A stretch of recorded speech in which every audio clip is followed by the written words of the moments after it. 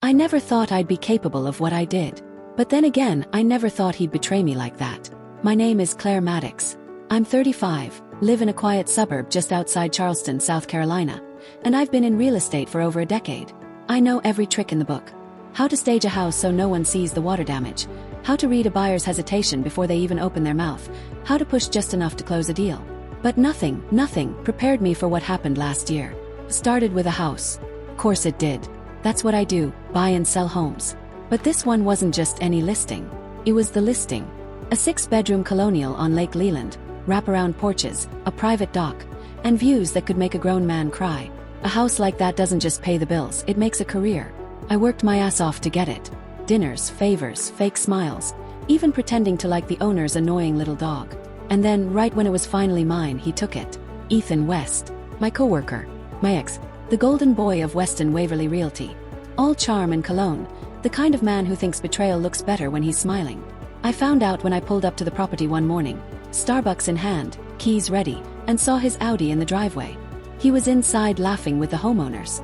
"Claire," he said like we were still friends. "Didn't realize you were coming by today." And then Mrs. Hartley said it, the line that cracked something deep inside me. "Oh dear, didn't the office tell you?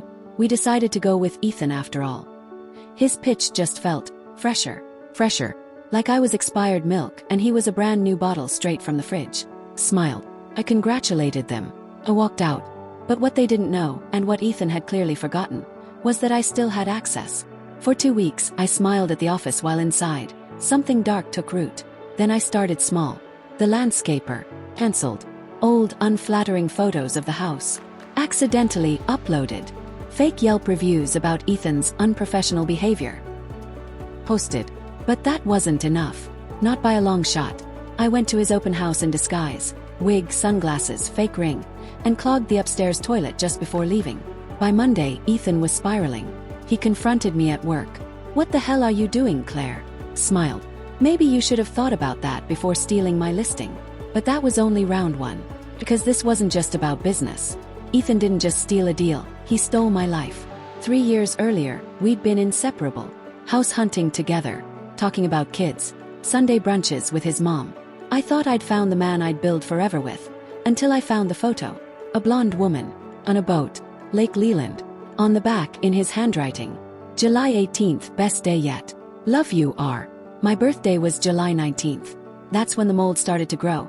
The kind you can't see, but that eats everything from the inside out. So when he took that listing, it wasn't just professional. It was personal. This wasn't revenge born out of ego. It was grief. Betrayal. Heartbreak with no funeral. And if you think sabotaging his career was the end of it, you're wrong. Because Ethan wasn't the only one who needed to feel the burn. There was Rachel, his fiancée. The woman who had no idea who I really was. I found her. I befriended her. I made her trust me.